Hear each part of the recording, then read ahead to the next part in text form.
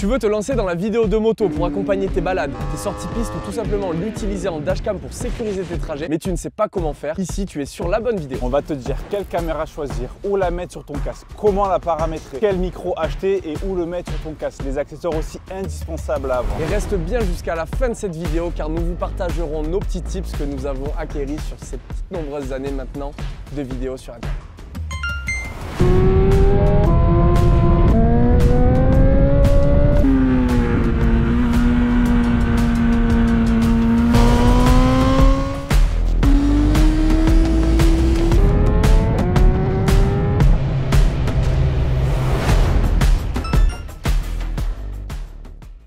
Salut les frérots, on espère que vous allez bien. On reçoit énormément de messages sur comment on filme, le setup que l'on a, les paramètres, etc. On avait déjà fait une vidéo il y a de ça 2 ans et demi, mais notre setup a bien évolué. Il était temps de faire une update. Si tu es débutant, à la fin de cette vidéo, tu seras enfin prêt pour commencer à accompagner tes voyages avec cette caméra. Et si tu es un confirmé et que tu possèdes déjà du matériel ou que tu souhaites juste ajouter des accessoires que l'on va te présenter dans cette vidéo, tu vas apprendre énormément. Cette vidéo est sponsorisée par Insta360. Vous le savez, c'est une marque avec laquelle nous travaillons à l'année. Ça nous permet de financer tous les projets et de continuer à vous proposer du contenu de qualité. Bien que cette vidéo soit sponsorisée par Insta360, vous avez l'habitude maintenant, nous allons vous donner un avis objectif sur les produits et les présentations des caméras. Pour toutes les personnes qui souhaitent acquérir le matériel que l'on va vous présenter, vous avez tous les liens en description. Ce sont des liens affiliés qui vous permettent d'avoir un accès direct avec notre code promo, soit des réductions, soit des produits offerts. Vous le savez, ça nous permet d'avoir une petite commission, ça vous fait pas payer plus cher et ça permet aussi de mesurer l'impact direct que la collab peut avoir et des retours instantanés sur tout ça. Et depuis que cette collaboration a commencé, vous êtes nombreux à les utiliser et mille merci à vous tous.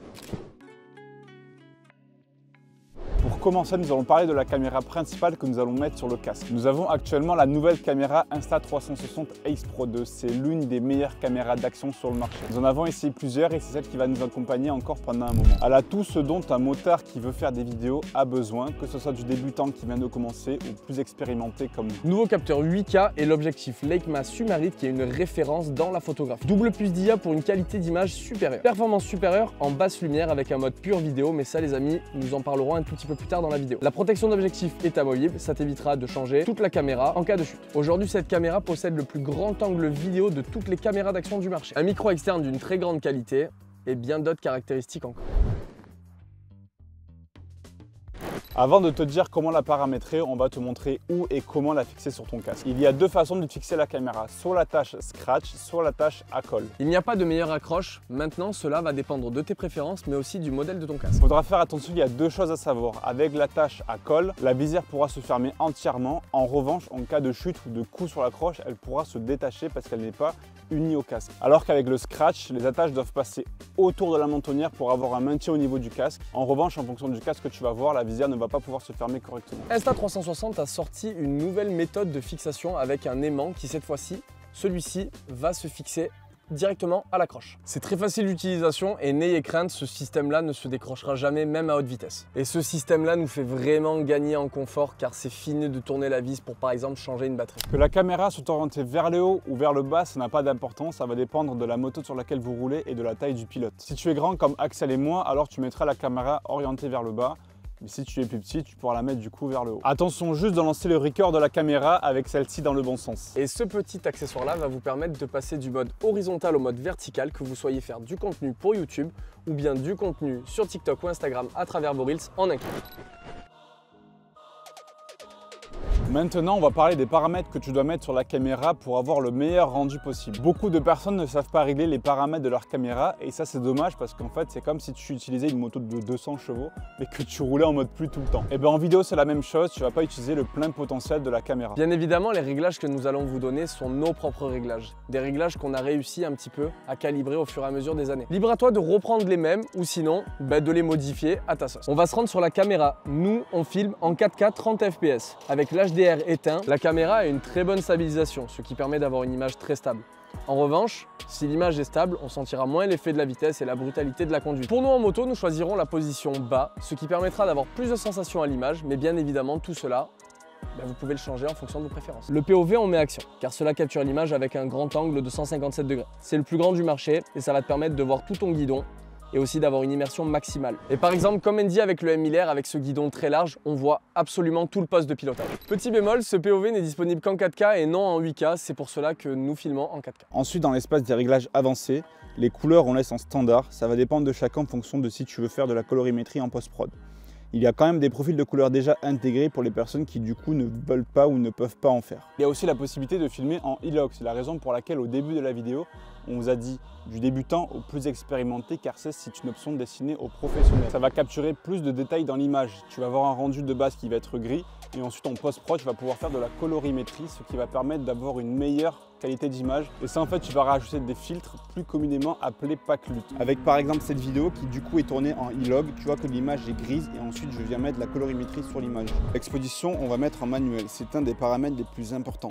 C'est ce qui va te permettre de donner un effet de flou de mouvement et donc de vitesse à la vidéo avec l'utilisation de filtres ND et ça on y revient juste après. Il y a une règle très importante en vidéo, le dénominateur de la fréquence d'ouverture doit être 2 fois supérieur au FPS. Par exemple, je filme en 30 fps alors je mets une ouverture en 1.60.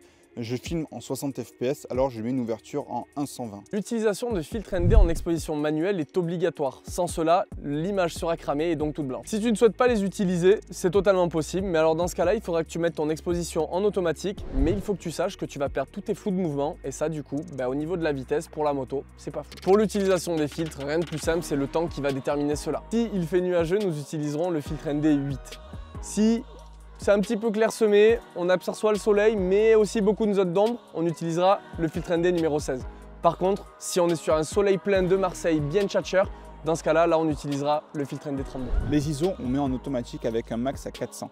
C'est un réglage perso et en fonction des préférences de chacun, vous pouvez le mettre en manuel à 100 par exemple. Ça dépendra des préférences de chacun. EV, on ne touche pas. Balance des blancs, on met en manuel à 5400 Kelvin. La netteté, on laisse en standard. Ensuite, tu vas aller dans les options générales. Paramètres, paramètres des images. Encodage, tu laisses en 265 et tu mets le débit en haut. Ça, c'est très important. On t'en a parlé au début de la vidéo et c'est sûrement une des meilleures fonctionnalités de la caméra Ace Pro 2. Et c'est la raison pour laquelle c'est une des meilleures caméras d'action du marché. On va te parler du mode pure vidéo. C'est un mode de vidéo qui va être à utiliser uniquement pendant la nuit. Ça nous arrive souvent de rouler la nuit mais on ne mettait pas les plans parce que ils étaient pas beaux, c'était beaucoup trop sombre, pas assez de détails.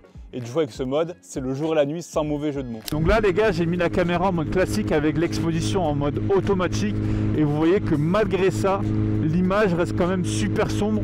On voit pas beaucoup les détails, c'est super noir. Et en fait le problème c'est que si avec le mode normal on veut essayer d'augmenter la luminosité et l'exposition de l'image, et bien en fait ça va réduire considérablement la qualité de la vidéo et du coup c'est pas ce qu'on veut. Et là je vais refaire un passage avec le mode pure vidéo et vous allez voir que ça va être le jour et la nuit vraiment. Et là du coup je viens d'activer le mode pure vidéo et vous voyez que c'est rien à voir, je n'ai même pas besoin de parler pour vous montrer la différence. L'image est claire, on voit tous les détails, que ce soit au niveau des lumières, de la route, au niveau de tous les détails, franchement c'est incroyable. Et ça du coup pour les balades de nuit ou simplement les sorties, ça vous permet de complètement exploiter les images de nuit, contrairement du coup à d'autres caméras comme la GoPro par exemple qui n'a pas du coup cette fonctionnalité là. Donc la Ace Pro 2, encore une fois, c'est pour ça qu'on vous le dit, le mode nuit il est incroyable. Juste pour ça là, regardez, je vais aller dans le tunnel.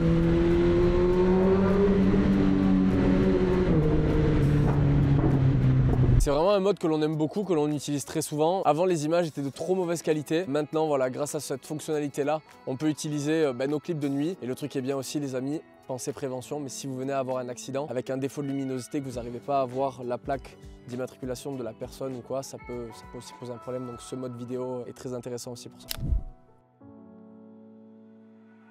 Maintenant qu'on a vu quasiment tout ce qu'on pouvait voir sur la vidéo, très important maintenant, on va parler du son. Le son est sûrement la partie la plus importante de la vidéo. Il va falloir entendre la voix du pilote, qu'il n'y ait pas trop de vent dans votre casque et surtout entendre le son de votre moteur. Il ne faut pas que le micro grésille, que ce soit par rapport à votre voix ou bien par rapport au son de votre moteur.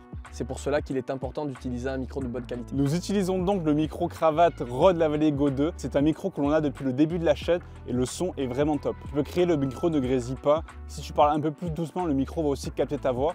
Et le son moteur est vraiment fidèle et réaliste. Non mec, non, il y a des gens, c'est dangereux. C'est dangereux de doubler. C'est dangereux de doubler. C'est dangereux de doubler.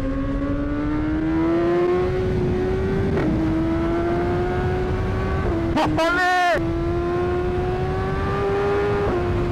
Putain, mais c'est quoi ce monstre?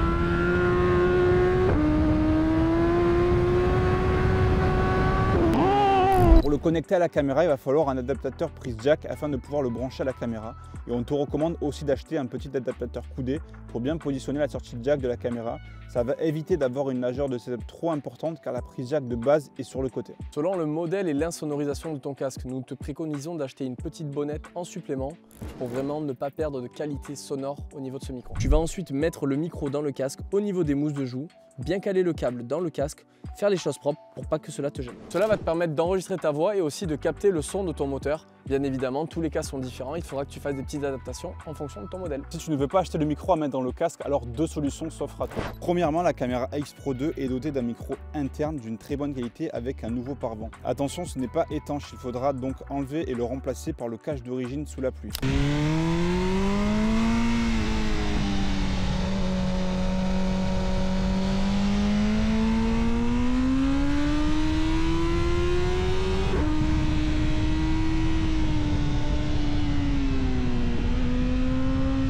Deuxièmement, si tu as un intercom Cardo Edge comme nous, tu as la possibilité de le connecter à la caméra en Bluetooth pour utiliser le micro. Attention, le micro de l'intercom détecte uniquement la voix et filtre énormément les bruits ambiants. Mais du coup, ce qui est bien, c'est que la caméra enregistre le son du Cardo, mais aussi le son du micro interne de la caméra. Ça va te permettre en post-prod de régler comme tu veux le son de la vidéo avec plus ou moins du bruit du moteur. On ne sait pas si le mode est compatible avec tous les intercoms de la marque de chez Cardo. En revanche, pour le Note, c'est bon. Et aussi, on ne sait pas si ça marche avec les autres marques d'intercoms. Petit tip, si tu es connecté à plusieurs sur l'application Cardo, tu vas pouvoir enregistrer la voix de tes collègues aussi et les rajouter sur tes clips. On est connecté ensemble avec notre Cardo Edge, c'est pour ça qu'on s'entend en direct. Par contre, on n'enregistre pas le son avec le micro du Cardo, mais avec le micro qui est branché à la caméra.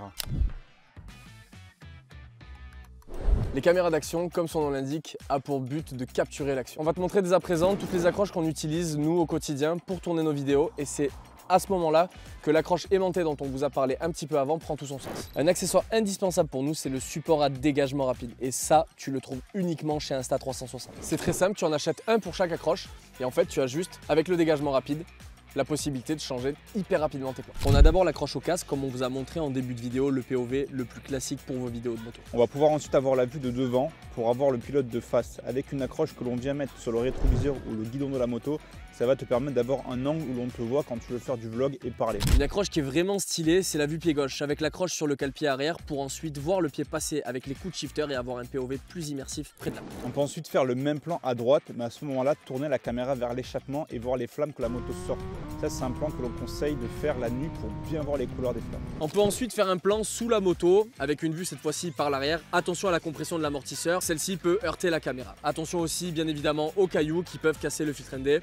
Comme Andy a pu déjà en payer les frais, Insta360, renvoyez-nous des nouveaux filtres, ça fait plaisir. Mais notre préféré, ça reste la vue arrière troisième personne avec la perche pour avoir un rendu GTA comme dans un jeu vidéo. Comme tu l'as vu, il existe plein d'accroches différentes avec plein de styles de vue différents. Là, on t'en a montré uniquement 5, mais maintenant, c'est à toi d'être inventif et de faire marcher ta petite tête pour capturer l'action de la manière dont tu le souhaites. Sache que toutes les accroches sont compatibles avec toutes les caméras, c'est donc la transition parfaite pour vous parler de la One X4.